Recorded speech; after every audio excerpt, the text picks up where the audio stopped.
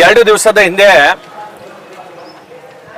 ನಮ್ಮ ಕ್ಷೇತ್ರದ ಶಾಸಕರಾದಂಥ ಅಲ್ಲಂ ಪ್ರಭು ಪಾಟೀಲ್ ಅವರು ಜನಸ್ಪಂದನ ಕಾರ್ಯಕ್ರಮವನ್ನು ನಮ್ಮ ಪಟ್ನಾ ಗ್ರಾಮದಲ್ಲಿ ಆಯೋಜನೆಯನ್ನು ಮಾಡಿದ್ದಾರೆ. ಆ ಸಂದರ್ಭದಲ್ಲಿ ನಿರಂತರವಾಗಿ ಬರುವಂಥ ಮಳೆಯಿಂದ ಬಹಳಷ್ಟು ಬೆಳೆಗಳು, ಅದು ಹೆಸರಾಗಿರ್ಬೋದು, ಉದ್ದಾಗಿರ್ಬೋದು ಮತ್ತು ತೊಗರೆ,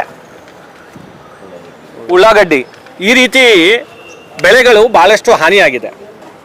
ಆ ಜನಸ್ಪಂದನ ಸಮಯದಲ್ಲಿ ಅವರಿಗೆ ರೈತರ ಭೂಮಿಯಲ್ಲಿ ಆದಂಥ ಬೆಳೆ ಹಾನಿಯನ್ನು ಅವ್ರ ಕಣ್ಣಿಗೆ ಕಾಣಿಸ್ಲಿಲ್ಲ. ಅವರು ಯಾವ ರೈತರ ಭೂಮಿಗೂ ಕೂಡ ಭೇಟಿ ಕೊಡಲಿಲ್ಲ. ಇವತ್ತು ತಮ್ಮ ಗಮನವನ್ನು, ಯಾರು ರೈತ ಸಂಕಷ್ಟದಲ್ಲಿದ್ದಾನೆ ಅವರಿಗೆ ಪರಿಹಾರ ಕೊಡುವಂಥದ್ರಲ್ಲಿ ಇವತ್ತು ತಾವು ಗಮನವನ್ನು ಹರಿಸಬೇಕು.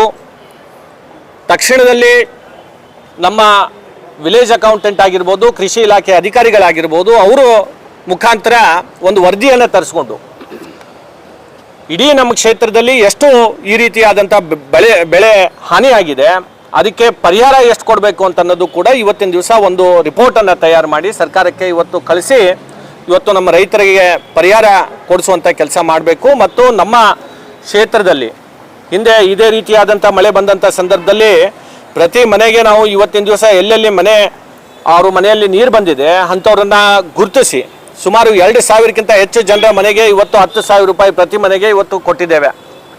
ಇವರು ಕೂಡ ಆ ಮಾದರಿಯಲ್ಲಿ ಸುಮಾರು 25,000 ರೂಪಾಯಿಯನ್ನು ಪ್ರತಿ ಮನೆಗೆ ಇವತ್ತು ಪರಿಹಾರವನ್ನು ನೀಡಬೇಕು ಅಂತ ಹೇಳಿ ನಾನು ಈ ಸಂದರ್ಭದಲ್ಲಿ ಆಗ್ರಹ ಮಾಡ್ತೇನೆ.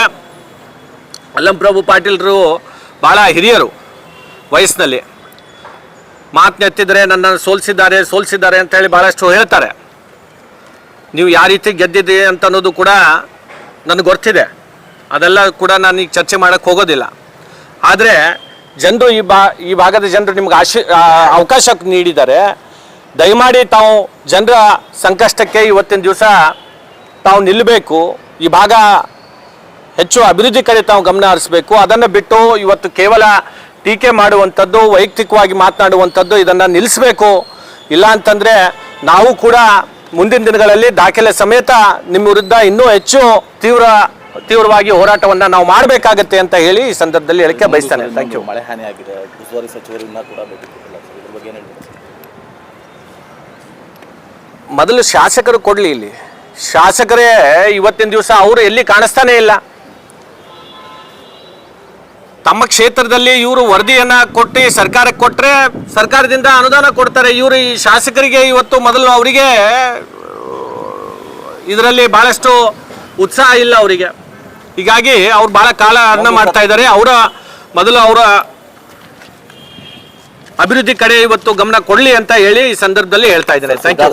ಟ್ರಸ್ಟ್ಗೆ 5 ಎಕರೆ ಮಂಜೂರಾಗಿದ್ದು ರಾಜ್ಯಪಾಲರು ಹೇಳಿದ್ದಾರೆ ಸರ್, ಇದ್ರ ಬಗ್ಗೆ ಅದ್ರ ಬಗ್ಗೆ